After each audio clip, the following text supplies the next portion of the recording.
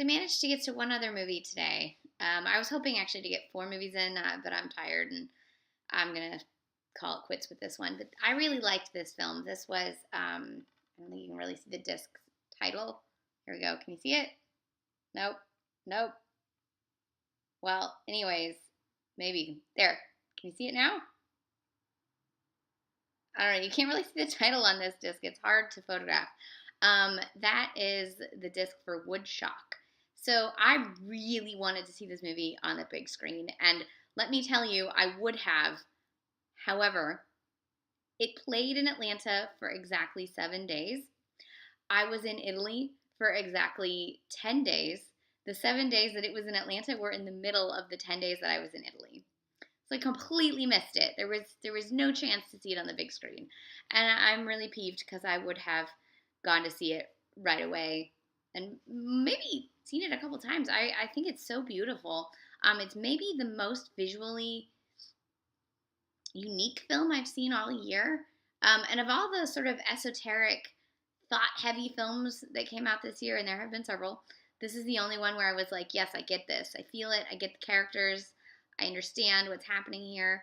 And maybe that's because it's a California movie made by Californians. And as a Californian, I feel, especially as a Californian who grew up in Northern California, so there's a big difference, I think, between Northern California and Southern California, and it has a lot to do with how isolated so much of Northern California is. There's different parts of Northern California, and I'm not talking about like Sacramento, that's like a metropolitan area, but the other parts of Northern California, it's very sparsely populated, and there is a sense of isolation in each different pocket of Northern California. And this pocket in particular is about the redwoods. So this film was written and directed by Kate and Laura Mulleavy, who have the fashion line Road Art, and they grew up near the Santa Cruz part of the redwoods. And this was shot in the Humboldt County part of the redwoods. But the redwoods have their own sort of majesty to them, and their own they're some of the oldest trees in the entire world, and it's a very majestic place. And this film sort of gets at what happens when you are so pulled from that, but like as humanity, we're so pulled from our connection to the world and to the earth and to these trees. But then what happens when you're in a place where you're reminded that you should be connected to them? So that's sort of the background of this film. It stars Kirsten Dunst, and she's just so good. And I love her in movies where she's suffering because she's one of the few actors that I think can take a role that's all internal and externalize it. Like you can feel her feels even though she's feeling it, you know. In the film, it begins with her helping her mother, who has a terminal illness, smoke a poison-laced cannabis joint in order to assist in her suicide.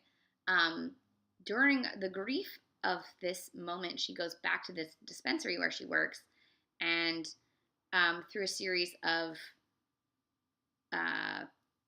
mistakes, winds up accidentally causing some major problems. I won't say what because I don't really want to spoil it because it's things that I was like not expecting. And as those problems happen, she gets deeper and deeper in this spiral of depression and guilt from both killing her, from essentially helping her mother kill herself, and the death of her mother. So it's multiple layers of grief. This grief causes her to push away her friends and her family, and eventually attempt possibly to maybe kill herself as well. However, instead of killing herself, she ends up going into deeper and deeper hallucinogenic states. That's the film. I don't want to spoil it beyond that. It's beautifully shot. A good deal of it was shot through reflections of mirrors, so the imagery is a little off and you can't tell why until you realize that you're seeing it reversed. There's also a lot of double exposure. It was shot by Peter Flickenberg, and it has a beautiful score by Peter Rayburn. And apparently I watched on this disc, there's a special making of feature, and they talk about how when they were shooting in the woods, they heard a bird and they loved this bird. And they recorded the bird and used the bird sort of as the theme for the main character. There's also interesting ways in which they show the isolation between the main character and everyone else in the use of music. So in scenes where there's like a bar and the dispensary and all kinds of places like that, you hear contemporary songs.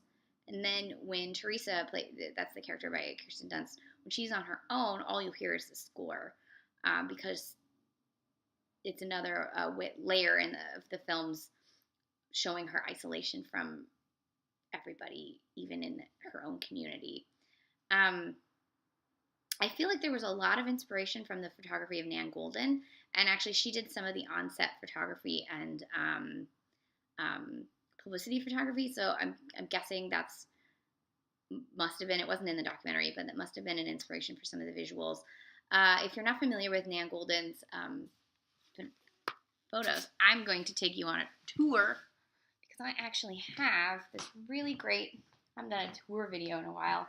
Where is it? I have this great Nan Goldin book. There's a boob on this book. Watch out. Nan Goldin's this really interesting photographer that you should just look up, regardless. Sorry, I almost lost my computer there. I'm trying to hold it. There we go.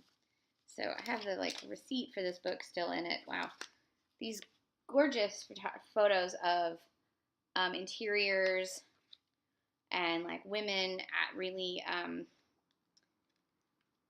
Some of these are photos of her friends who were abused. And just women in really fragile, not fragile, what's the word I'm looking for? Women and people in really intimate sort of places in their life. And when I was watching the film, I felt like the kind of style of it reminded me of this sort of personal style of Nan Goldin's photography. And I really dug that.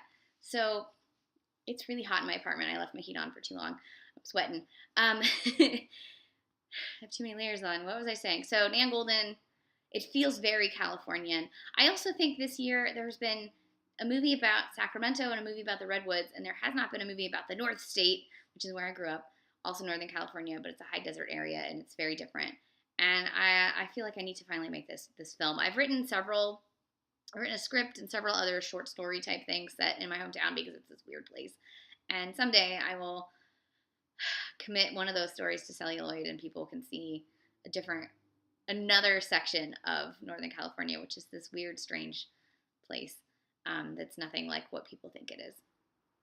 So unfortunately, this movie did not do well. It was in theaters for 3 weeks. It made a whopping $42,000 on a $5 million budget. It got panned by critics.